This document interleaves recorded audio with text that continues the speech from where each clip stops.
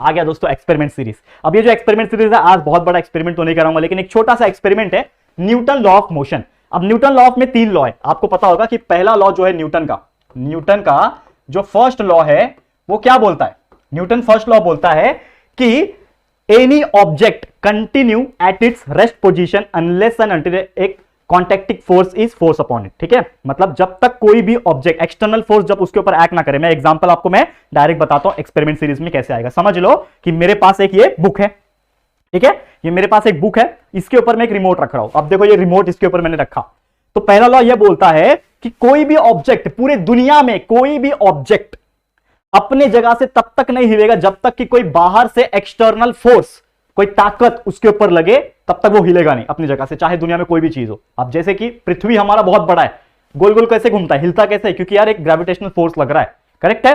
Same उसी प्रकार यहां पे एक बुक है, उसके ऊपर मैंने रिमोट रखा हुआ है। अब ये रिमोट अपनी जगह से तब तक नहीं हिलेगा जब तक कि इसके ऊपर कोई ताकत ना लगे, कोई फोर्स ना लगे। देखो हिल रहा है क्या? देखो यहां पे हिल रहा है क्या? नहीं हिल रहा है। लेकिन जैसे ही मैं अपने हाथों का, मेरा हाथ है, ये हाथों का मैंने एक फोर्स लगा दिया, देखो यहां पे ध्यान से, मैंने हाथों का एक पूरा फोर्स लगा दिया, तो ये फोर्स लगाने की वजह से जो रिमोट था वो नीचे गिर गया डाउनवर्ड्स। तो इसके वजह से क्या हुआ कि जैसे ही मैंने एक फोर्स यहां पे लगाया तो जो ऑब्जेक्ट था वो अपने प्लेस से हिल गया, और इसी को बोलते हैं न्यूटन फर्स्ट लॉ, कि कोई भी object, any object continue at its rest position, वो अपनी जगह पे रहेगा unless and until an external force is applied on it. तो ये है आपका पहला लॉ। समझ में आया? ऐसे एक्सपेरिमेंट तो अभी बहुत अच्छी तरीके से नहीं हो रहा है, लेकिन एक्सपेरिमेंट आपको मैं बताऊंगा, वीडियो आएंगे ना जब जेआर टॉक्स पे, तो आपको ऐसे ऐसे एक्सपेरिमेंट लाइव प्रैक्टिकल चीजें करके दिखाऊंगा। ये हो गया न्यूटन पहला लॉ। वैसे ही न्यूटन का दूसरा लॉ बताता हूं, देखो यहां पे ध्यान से, ठीक है, ये हो गया पहला लॉ। वैसे है Newton second law.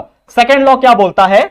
The rate of change of momentum is directly proportional to the applied force and the force is applied at particular direction. ठीक है, जो मोमेंटम होता है, अब जैसे कि एग्जांपल के तौर पे समझो, मेरे पास एक बॉल है, ठीक है, ये बॉल है, ठीक है। अब ये बॉल अपनी जगह पे रुका हुआ है, सबसे पहले तो ये बॉल अपनी जगह पे रुका हुआ है, ठीक है, देख पा रहे हो। अब ये बॉल कब हिलेगा? जब इसके ऊपर मैंने क्या किया? फोर्स लगाया मैंने, देखो हिलने लगा, फोर्स लगाया हिलने लगा। तो ये तो आपका न्यूटन पहला लॉ हो गया। लेकिन दूसरा लॉ क्या बोलता है कि जितना ज्यादा फोर्स लगाओगे, ठीक है, उतना उसका मोमेंटम क्रिएट होगा, बिकॉज वी नो दैट कि momentum is nothing but mass into velocity, and mass समझ लो ये बॉल का ज्यादा होता, उतनी तेजी से मैंने वेलोसिटी मारा इसको, तो ये क्या हो गया? मूव करने लगा। तो ये क्या हो गया? The rate of change of momentum किसके प्रोपोर्शन है? Is directly proportional to the applied force, यानी कितनी फोर्स से वो चीज आ रहा है उसके हिसाब से आपका मोमेंटम चेंज होगा। और ये है न्यूटन का सेकंड लॉ। समझ में आ गया? क्लियर है? अब तीसरा जो है हमारा, जिसको हम लोग बोलेंगे न्यूटन का थर्ड लॉ, ये तो बहुत इंटरेस्टिंग है और इसमें मैं खेलने वाला हूं, मैं कैच खेलने वाला हूं। तो न्यूटन थर्ड लॉ क्या बोलता है? To every action there is equal and opposite reaction. मतलब कोई चीज के ऊपर हम लोग अगर ताकत लगा रहे हैं, ठीक है, तो उसका बराबर इक्वल एंड अपोजिट, मतलब बराबर ताकत लेकिन अपोजिट डायरेक्शन में हमको वापस मिलेगा। तो मेरे पास एक बॉल है, मेरे सामने दीवार है, मेरे सामने एक दीवार है जो आप लोग को नहीं दिखेगा, लेकिन एक दीवार है।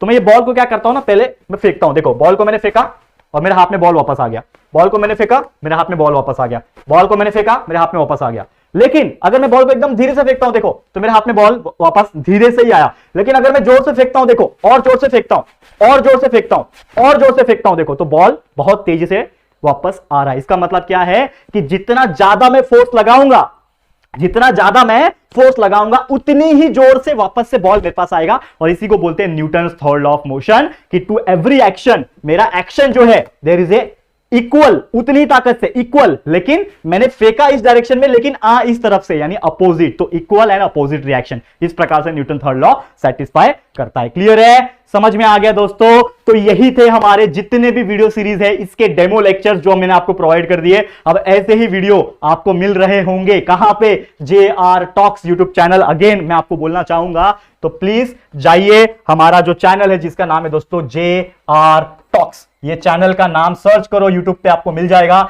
या फिर हमारे टाइटल में भी लिखा हुआ है, या फिर हमारे वीडियो सेक्शन के चैनल के सेक्शन में जाके आप देखोगे तो सेकंड चैनल जेआर टॉक्स लिखा हुआ है। इस पे ही ऐसे वीडियो सीरीज आने वाले हैं कई सारे विद इन सम टाइम, तो बहुत जल्दी आएंगे। बस आप लोग का सपोर्ट, प्यार दिखाना इस चैनल पे, बहुत ज्यादा मजा आएगा। ठीक है, चलो फिर आज के लिए यहीं पे मैं स्टॉप करता हूं। उम्मीद करता हूं कि आपको पूरा चीज समझ में आ गया।